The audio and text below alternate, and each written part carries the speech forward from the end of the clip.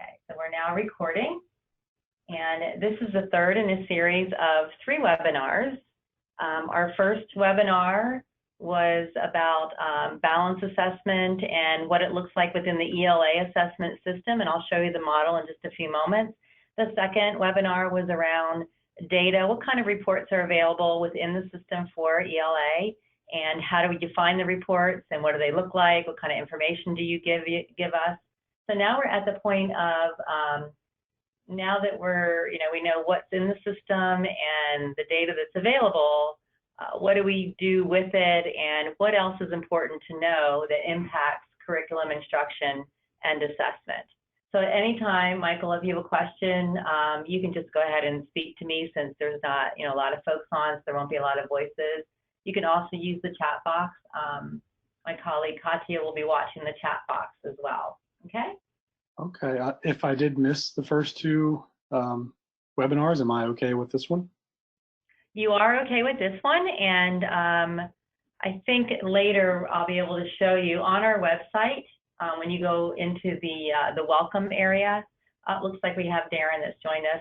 When you go into the welcome area, you'll see balance assessment, and you'll see where the webinar schedule is posted.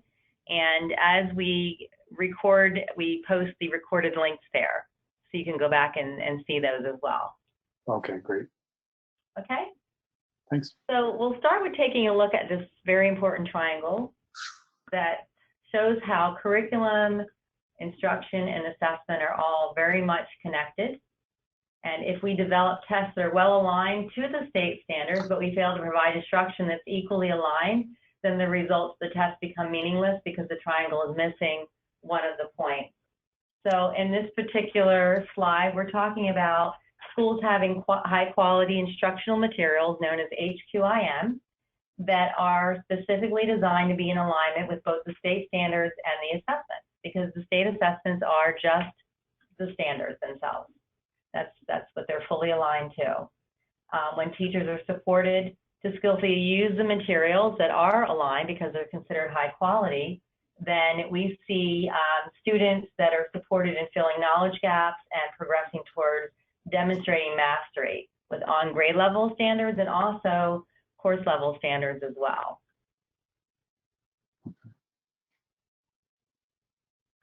So that brings us to the importance of understanding the standards and the level of rigor that's needed, and teaching to the fidelity of the standards. And when we think about the 2 of those, we think about the instructional shifts for English language arts when we're thinking about text complexity, gathering evidence, and building knowledge. So in a moment, I'm going to show you what a progression looks like in case you're not familiar with seeing them or using them.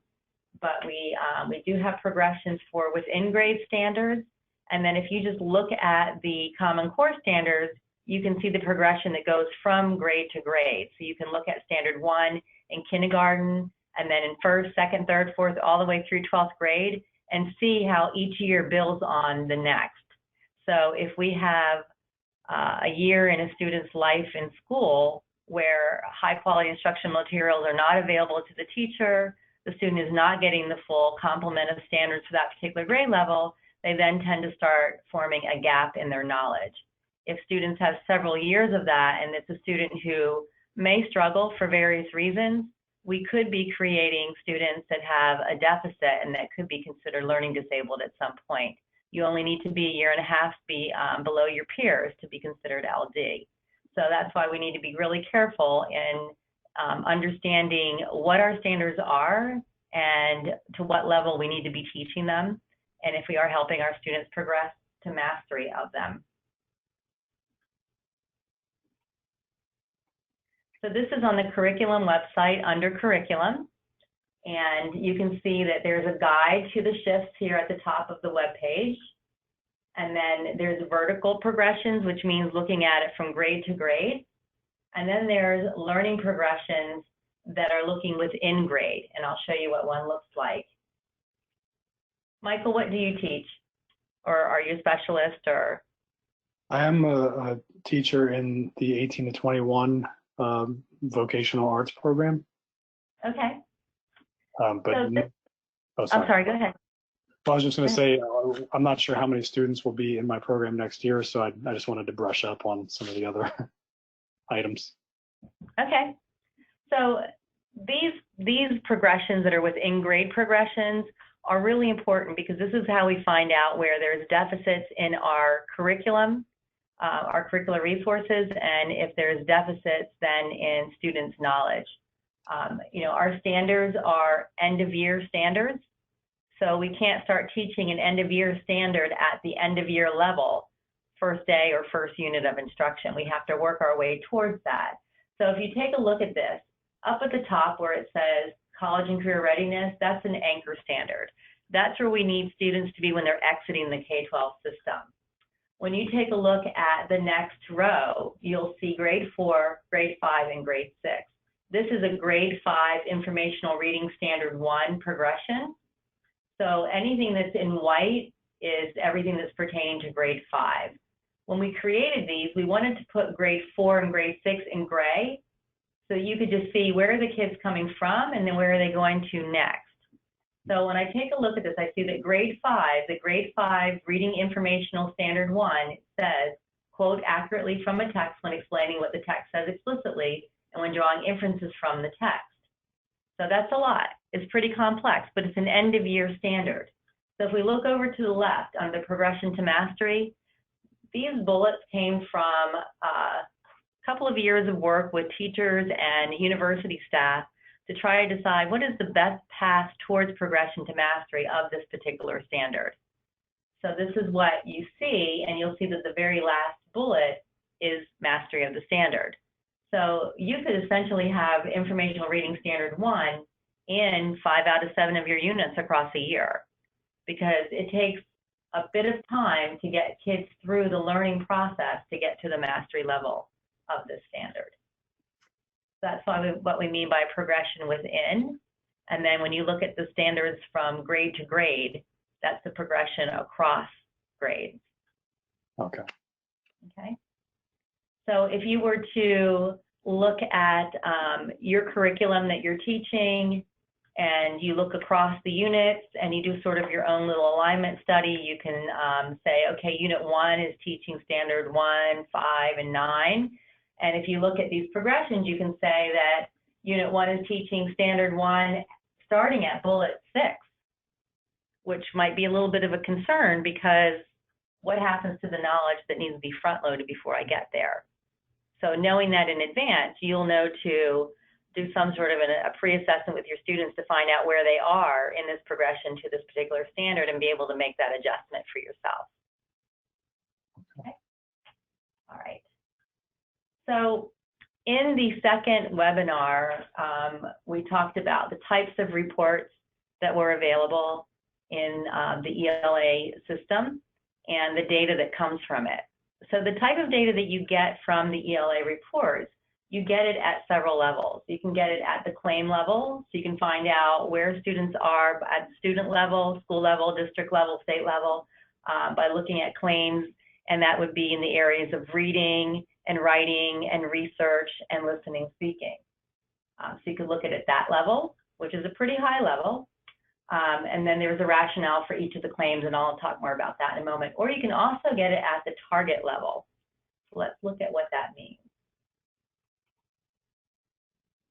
So these are crosswalks that we created, because since you can get the data at the target level, you need to kind of know, okay, so if I find out that my students have a strength in targets 1, 3, and 4, what standards are within those targets so that I can see, you know, 1, if it's a weakness, did we have it in our curriculum, number 1?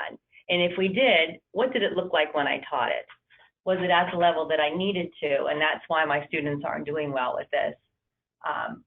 So if you take a look here, target 1 key details really just references standard 1. So the kids will get questions if you see target 1 in your data report, it's just referring to standard 1. If you look at target 3 though, word meanings, there's several standards that are included with this particular target. So when students get let's say they get a constructed or 2-part constructed response, it's going to have bullets from each of these standards within that particular item. So it's usually a pretty complex item when it's hitting multiple standards. But what you'll get is target 3 is either a strength or a weakness for your students. And then by looking at the crosswalk, you can see exactly which standards were being targeted. So that's how you use this, and that's how you can use it to interpret the data that you get from your reports.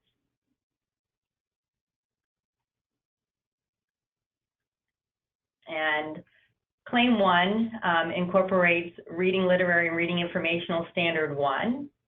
And it just means that pretty much every standard is asking and answering questions, which is what Standard 1 is. So it's really incorporated across multiple targets. Okay. I think I basically already talked about this, that the claims are the rationale, and it breaks it down by reading and writing and research and listening. And then the targets are which cluster of standards are within this target, so they know what students are being tested on. So making this connection now from the Smarter Assessment data to instruction, so you get an overall scale score, which is a good place to start with taking a look at curriculum. So if we have a high, if we have fairly high scores within the reading claim, but we have fairly low scores within the writing claim, maybe we have fairly low scores within the research claim, fairly high scores within the listening claim, then we can start taking a look first at curriculum. Do these things exist? If we go down to the target level, we can even look even deeper into our curriculum and say, does it exist in our curriculum? If the answer is yes, then what level does it exist in our curriculum? Is it at the level of rigor that it needs to be? And were we aware of that? If not, then we know that that's some area that we can start taking a look at and maybe do some tweaking to it.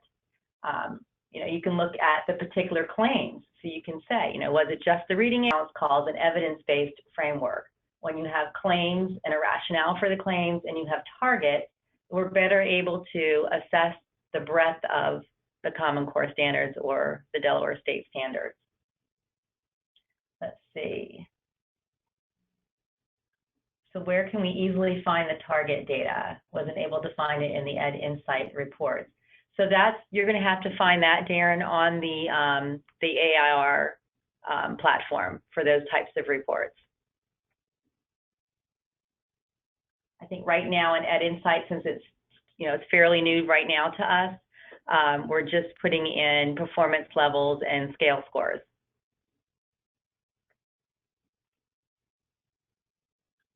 Okay. So what this slide is talking about is sort of this word of caution. What this means is when you're looking at the claims and the targets and everything, and you don't see every single standard listed, you won't, because there are some standards that can't be assessed, that they're just meant for instruction and to be used as part of a formative assessment process. So an example would be standard 1 is ask and answer questions to demonstrate understanding of a text and so forth. So kids aren't going to be asking questions when they're taking an assessment, but they are going to be answering questions. But we absolutely need this other piece of the standard in instruction. We need to be asking questions. We need students to be asking questions. So you may not see every piece of the standard in a state assessment because there are certain pieces of it that were meant specifically in instruction that support that entire standard.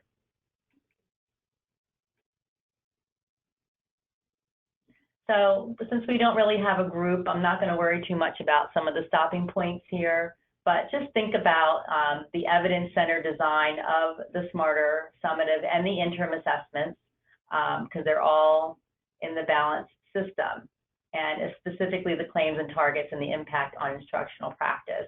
I know, Darren, you and I were just having a conversation about some curricular resources in your district, and one thing you were going to go back and take a look at was that within grade alignment and that progression, because we need to be really careful, because if if we have several units that are teaching a standard at the same level, then our students are not progressing towards mastery. And conversely, if it's starting the students at the mastery level of the standard, we may then have some deficits that we need to fill. for our students across the year. Okay. So this is the model that we use, that we sort of have a common language across the state, and to help us with describing our system.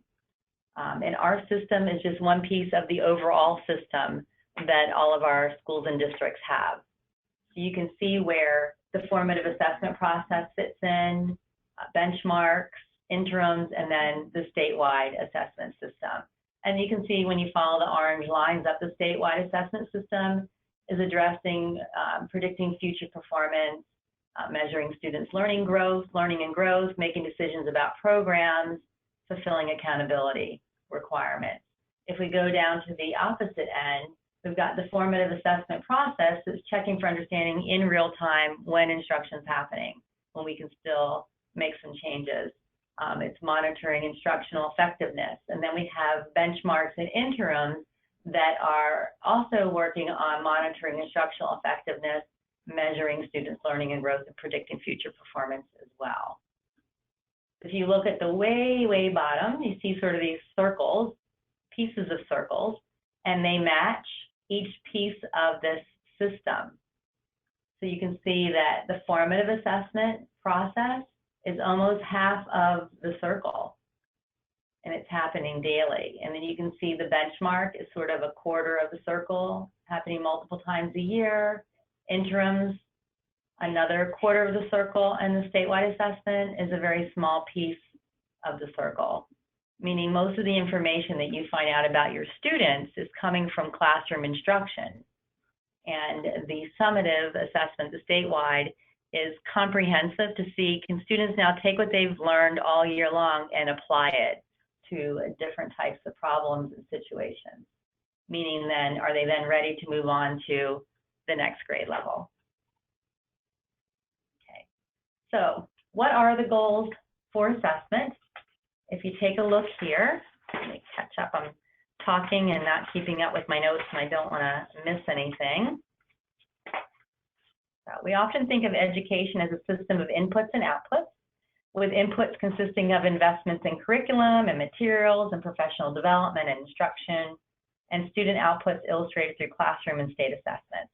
And while we all know that there is much more involved in the education of a student, there's no denying that these inputs and outputs are important aspects of the process of teaching and learning. So if used correctly, assessment data can assist teachers and administrators in making wise decisions for the improvement of student learning. Classroom formative assessment data can be used immediately to inform appropriate shifts in instruction to assist with student misunderstandings, and teachers can quickly modify materials or instruction to clarify a point. When interim benchmark assessments are common across classrooms, then student data can be used to assist with decision-making for local professional development and material investment. Similarly, if state assessments measure commonly taught information, then outcomes on professionally developed assessments can be utilized to identify weak spots in curriculum and instructional materials that can be fortified or perhaps improved upon through professional development. So a high-quality assessment system can provide relevant and ongoing feedback and information for targeted decision-making to increase efficiency, accuracy, and performance for students at all levels. So this was the first course, Michael, that I was talking about. So if you go on our welcome page and where you see balanced assessment, you'll see the calendar of webinars. And the first set was there's a model. There's one of these models for each one of our state assessment systems and content areas. So you can very quickly, just sort of a one-stop shop here for ELA and mathematics.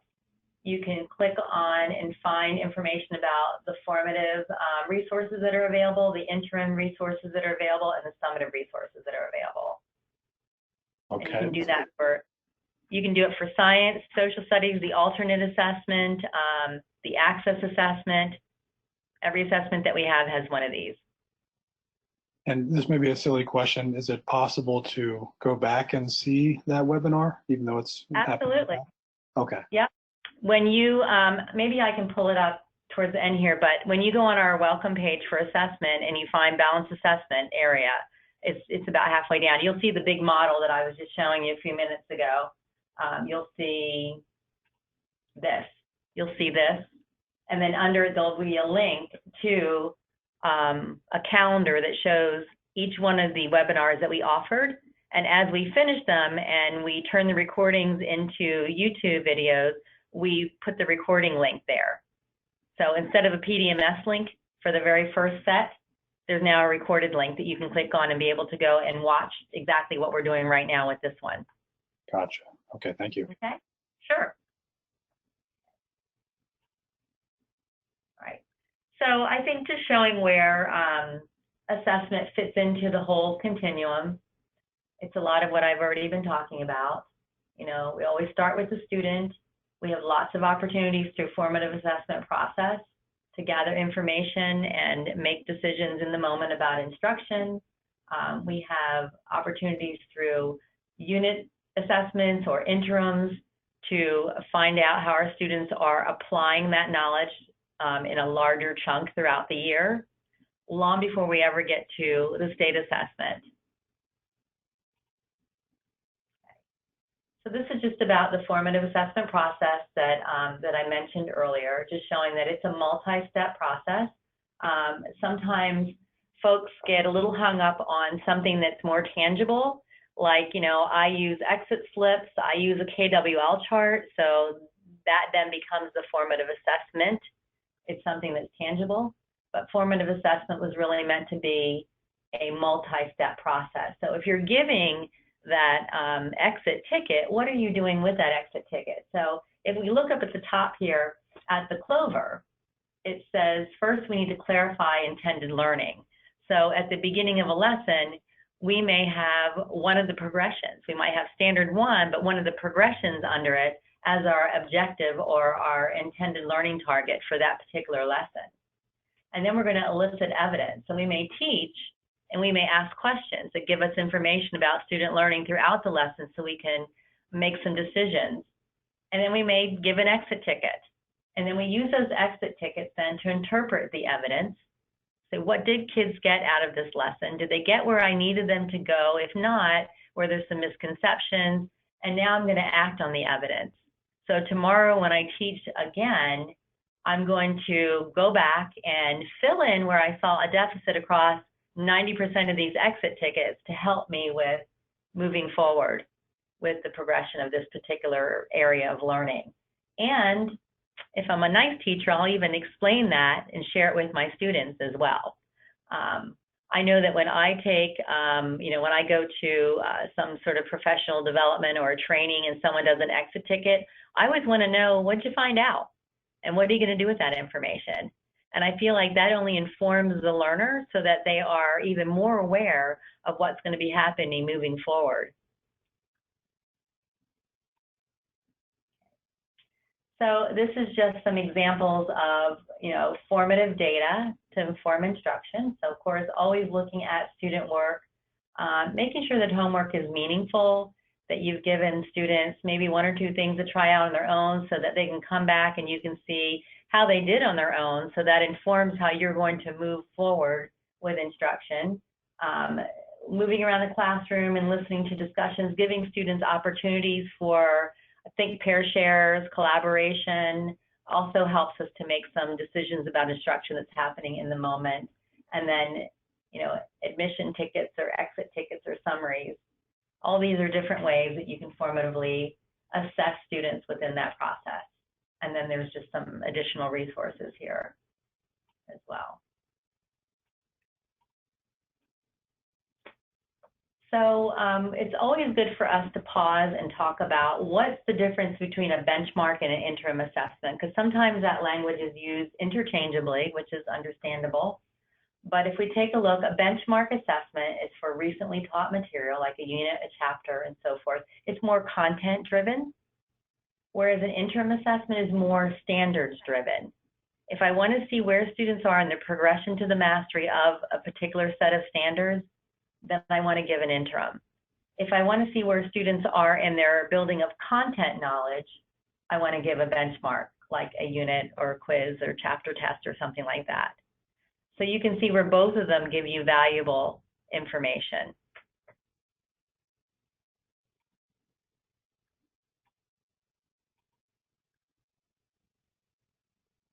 So the Delaware State Standards focus on coherence in instruction and assessment, and the data from the interim and formative assessments are used to determine how students are progressing towards mastery. And the use of high-quality instructional materials ensures that alignment of instructional practice and assessment to grade level standards. And that went backwards for some reason all by itself. So just some resources that I can note here before we move on is that if you're not familiar, Michael, we do have what's called a digital library. And within the Smarter system, we have interim assessments. We have ones that actually mirror the state assessment. We also have smaller chunks that are sort of like the size of a quiz that you can give along the way to see where kids are in their progression to mastery of the standard, in addition to maybe a quiz or a unit assessment you're giving, so you can see how kids are doing with content knowledge as well. And if you give an interim, you'll get a link that goes to the digital library. And let me see if I can go to a picture of one. So let's see, do I have one that's larger? Okay. So when you get your data back from your students, if you give one of the Smarter Balance interim assessments, and we have them now grades 3 through 10. So even though we don't give Smarter in high school, we have purchased the rights for teachers in high school to be able to get into the 9th and 10th grade ones to use them with their students, because they're still aligned to our standards, even though we're not using the assessment in high school. So you may find out that you've given your students an interim assessment, and this particular one is on numerical expressions, and the data is telling you where your kids are as far as above, near, or below. So you'll get a report of all your students, and they'll be color-coded like this, so you can see who's above, near, and below. And then you'll have a resource link. So if your students are above, you'll have a link that will link you right to the digital library where there's lots of resources, but this will link you directly to a resource for your students that are above in numerical expressions. Or it'll have a link that links you directly to a resource for your students that are near, or for your students that are below. Okay. So there's also the Smarter Content Explorer that helps educators understand how Smarter Balance organizes the standards. And you're going to quickly and easily be able to navigate across claims, targets, and standards. You can search. Katya, are you still on the line? I don't know if you wanted to add to this, since you are deeper into this than I am. Yes, I am on the line. Mm-hmm. Do you want to share a little bit more information about this for us? So this is a ongoing process. I don't think they released at the end of September. I think it was more beginning of October. But it's actually a very nice document, resource, because actually is not completely different from the crosswalk you were mentioning earlier, where you had the connection between the claim, the targets, and the standards. I think that every item or every release document, they have the website that is available to the teacher, educator, or administrators, has that connection. So they connect the target, the claim, and the standards. So it's a very nice, it's a little bit, there's a lot of information. So I would just say, just take your time. Don't try to do all of it at once, but there's a lot of resources. It's a very nice, it is new, so take your time, but it is well worth it going through this platform. Okay, I'm going to back up a little bit so we can actually take a look at the different types of interims that are available. So this is just grade 5 for ELA and math, but as I mentioned, we have them for grades 3 through 10 in ELA and in math. So let's take a look at the ELA grade 5 side. It's in blue. So you can see that there is what's called an ICA, an interim comprehensive assessment. So this is like a fixed form, like a paper pencil assessment that covers the depth and breadth of the standards, just as the state summative would. So if you wanted to give something like this at the beginning of the year as sort of a screener for your students, so you could find out specifically which claims and targets that they have deficits in, and there's probably going to be a lot because it's a grade level assessment and they're just entering that grade level. But if you have that information, then as you go through your curriculum, And when you look at your targets and the standards that are being taught within those targets, and you look at your curriculum and find out where you're going to be in your curriculum when you're teaching that, you'll have more of a heightened awareness of where the bulk of your students are as you're working through your year. And you might choose to give the next one down, which is an interim assessment block. So if you find that when you give the IC at the beginning of the year and you find that a large number of your students are not doing well in, because again, it's a grade level assessment that they haven't had the grade level yet, but you may find that they may, for some reason, do really well on claim 2, but not so much on claim 1. So when you get to that point in your curriculum, you can see if when you actually have, application to curricular resources and instruction, if they continue to do well on claim 2, if you continue to see that there's an issue in claim 1. And if you do, then you can do the instruction, and then you might give just an IAB, a short one, to see if students are progressing the way that they need to before you move on to the next level of instruction. So you can see the different types of interim assessment blocks. And then teachers have been asking for something that breaks it down even more, because they're saying, okay, if I give the reading, literary, text interim block, it's assessing claim 1 and it's assessing targets 1, 2, 3, 4, 5, 6, and 7. That's a lot of standards that are being assessed within that. What if I want to find out, what if I gave that and I've done some more teaching and I want to find out specifically how students are doing around a very specific claim and target? So that's the next level, and that's the focused IABS. And that's where you can just look at one particular claim and one particular target to find out how students are progressing. So this could almost be like a progress monitoring tool. And then you have the same type, these are the ones that are offered over here in math as well. So each grade level has a document like this. You can see what's available, and then you can see where you are in your curriculum and how you may want to use these. We never advocate that you just use all of them. They need to be very strategically used. You need to know what your purpose is, so you know how you're going to use your data to inform instruction. So again, they're not meant to just use all of them. Be very strategic with how and why you're using them. Okay. So moving into the next leg of this, we've talked about formative assessment process, the difference between interim and benchmark, and how that all fits into a balanced system. So we'll talk a little bit more about summative. So any type of assessment that happens after instruction is considered summative. It needs to be a measure of students' proficiency in a subject or against state standards. So statewide assessment system, statewide tests are considered summative, and they're used for the purpose of accounting for state and federal requirements. We are required under ESSA to test in grades 3 through 8 and once in high school. And we use the SAT for high school in grade 11, and we use the Smarter Balance Assessment for grades 3 through 8. And we're required for a number of reasons, a lot of it tied to funding, to report scores each year. So this is a federal requirement, and that's why we have testing. So getting back to the data and how to use it to connect to instruction. This is just a suggested way of analyzing students' results. It's recommended to analyze group data for claims and targets first. Select your group or groups and then your focus claim. Look at that claim data, and once you have a good picture of your students' performance regarding the claims, then you can look for strengths and weaknesses or gaps among your students and focus on the targets that support the claims. This may help you revise your lesson plans or curriculum by paying close attention to the instruction to the standards.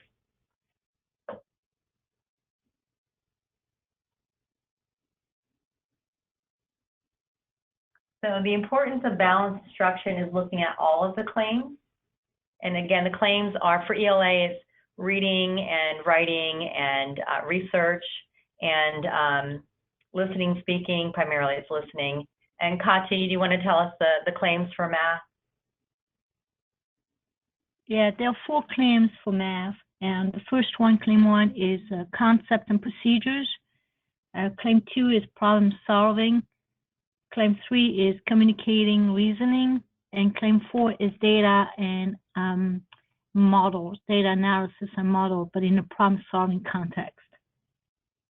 But when you report in math, the claim 2 and 4 are combined together. Each item is coded to a claim and a target, but when you, on the reports, you will not see the distinction between claim 2 and claim 4 as they are, they both are a problem solving. One is in a more context, familiar context, you don't know, but the other one is more of a context that they may not have seen before, so it's more advanced problem solving, and they are lumped together on a reporting system. So there would be 3 claims reporting on the reports, but each item is a tag to a claim. Thank you for that. So as much as we talk about balanced assessment systems, we also need to talk about balanced instruction. We don't want to say, oh, my students have a deficit in claim 1 and then sort of jump into the claim 1 pool and I'm teaching nothing but reading instruction. The claims are integrated, so we need to teach across them. So we need to look at the data across all of the claims. And this is just an example here. You know, struggling students may not do well in one of the targets, like for claim 1, but let's look and see how they're doing with claims 2 through 4 as well. So here's an ELA example. Students may have strong listening comprehension, which is claim 3, and they may have strong research skills, which is claim 4, but they may have weaker reading skills, which is in claim 1. So balanced instruction across the research claim and the listening claim, and then what's not listed here is the writing claim, will help to strengthen the reading claim. So when you look at the data, we don't want you to look at the claims in isolation. We want you to look across them and leverage their strengths to help build those deficits or those weaker areas with balanced instruction. And then here's an example for math. Students may have strong math skills, which is claim 1, but they cannot use the skills in context for problem solving, which is claims 2 and 4.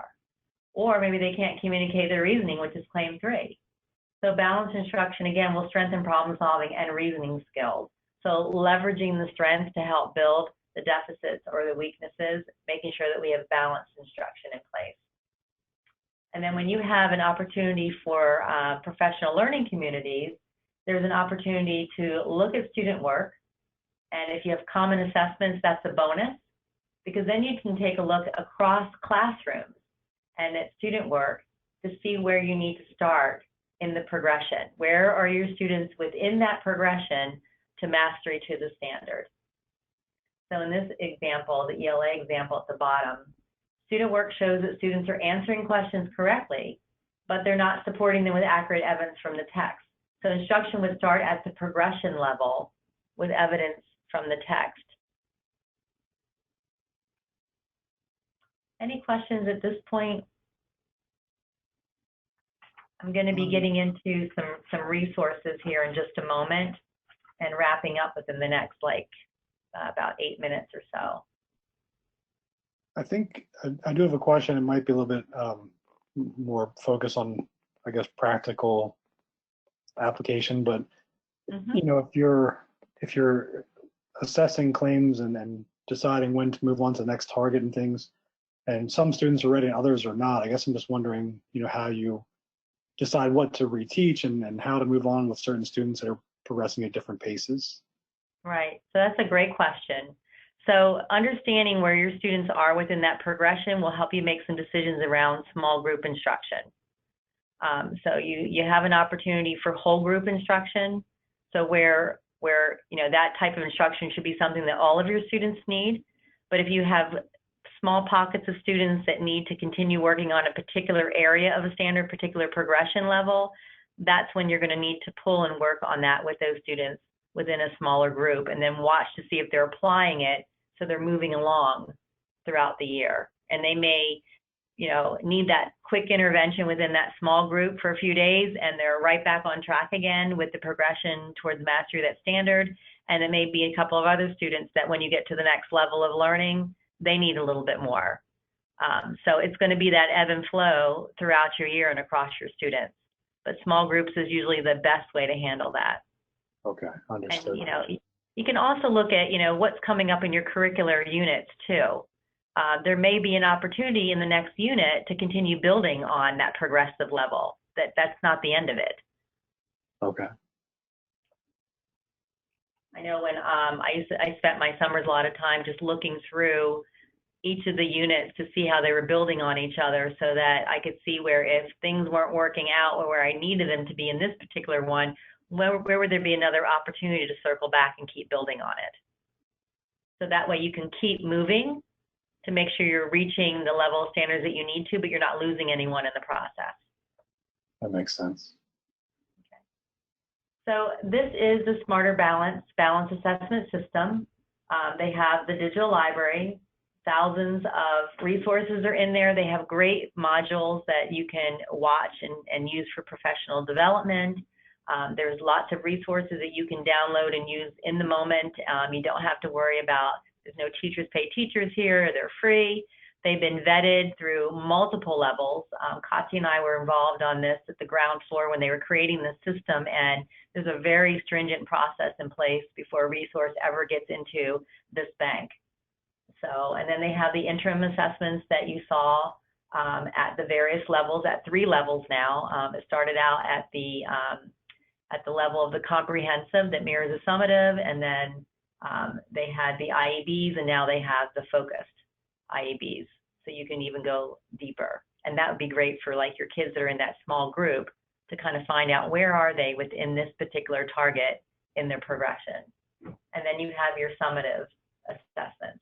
And this says grades 3 through 8 and 11, and we don't use it for grade 11, but we do have interims available for grades 9 and 10. So accessing the digital library, you do need an account. So when you go to create one, you need to use your school email. It recognizes all of the school emails throughout the state, and then you can create your account. So you won't be able to use like a Gmail account or something like that you have. It has to be a school email. Okay. And you can go in here, and I have like tons of things that I favorited, and it sort of has sort of an Amazon feel to it, where teachers have, you know, liked things and left comments and around resources and things like that. Lots of great resources in there. There is a module in there that's called Connecting Instruction and Assessment and Curriculum that we pulled this particular chart from. So it's, you know, taking a look at the different areas. So when you get your reports back about your students, you have the left-hand side here, the different areas that it's broken up into. And then you can start and you can say, is this in my curriculum? Yes or no.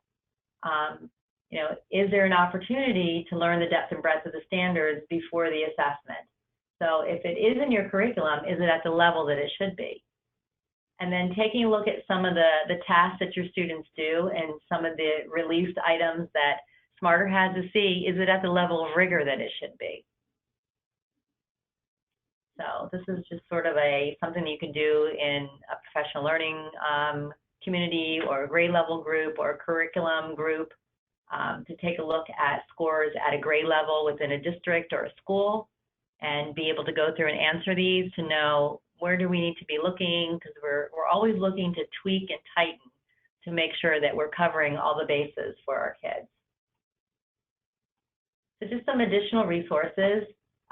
This is a great module that's in the Smarter Balance digital library. It's animated. They're really awesome to watch. I love these. But this is where you can go and learn more about these claims and targets. And it gives you some examples and actually gives you some hands-on things to work through. So lots of videos on formative assessment in the digital library. Here's a snapshot of different types of resources that you can find. So you might have actual classroom footage as a video. You might have one of the created animated videos. So if you're saying to yourself, you know, I have no idea what, you know, teaching characters, you know, standard 3 looks like in a kindergarten classroom, you can go in here and watch a video and get sort of an idea, a flavor for what it looks like.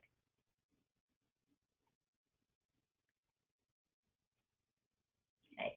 All of the resources will tell you which part of the formative assessment process that is being targeted.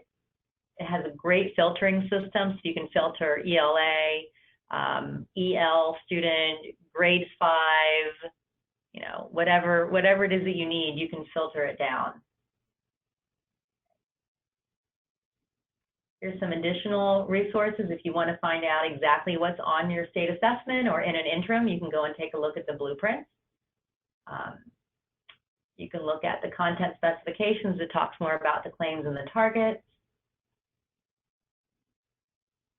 There's an e-learning catalog that's available. In the beginning, when we were rolling out the standards, we had the cadres creating modules that could be used for whole school professional development, and then we found that some teachers were missing out if there was not a coach or somebody that could deliver that. We needed a way for teachers to access it on their own, so the cadres created actual PDMS courses so that the information was accessible to individual teachers. So there's lots of courses that are available for clock hours. This is another course, Formative Assessment Strategy, Thinking Beyond Paper Pencil. There's a webinar that you can watch. You can get a certificate for hours with it.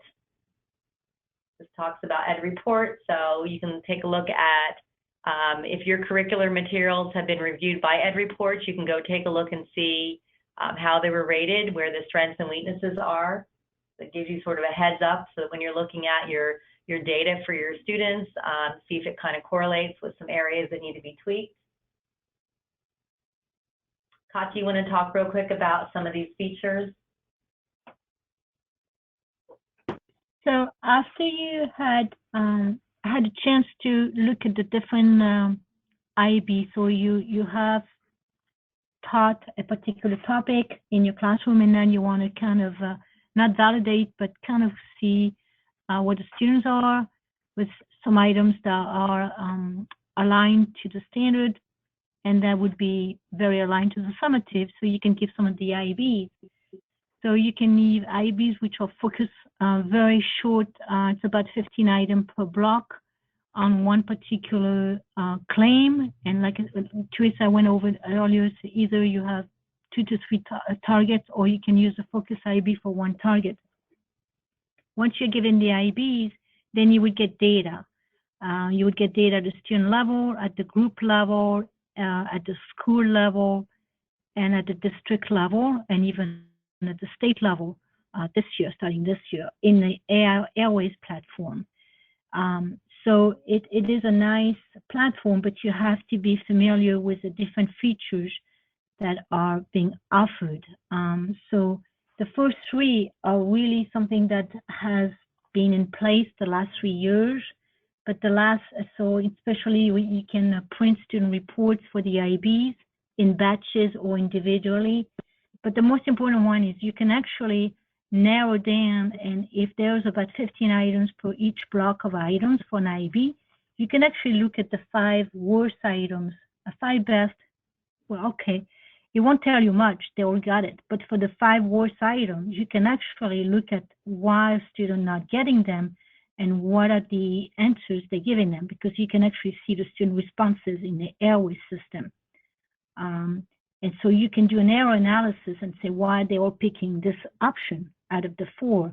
And then that's help you with your instruction. Say, well, maybe this is a strategy that we have not dwelled enough in detail, and maybe we need to go back over so that they won't make the same mistake over.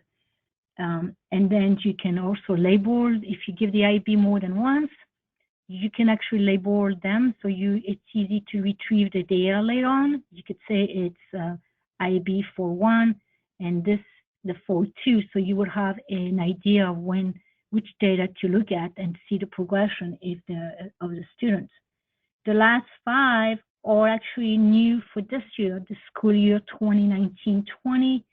You will be able to actually filter more on the data, and you will be able to actually look at the target level for a group. And we could do this in the past in ORS, but not in Airways.